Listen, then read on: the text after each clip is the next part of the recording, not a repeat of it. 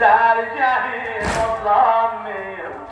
Kanım Zehra yana yana ağlar, Peygamberleri kızım ağlamur. Evveli kendir hele, evveli kendir hele, Zülmiyle gelmiyor.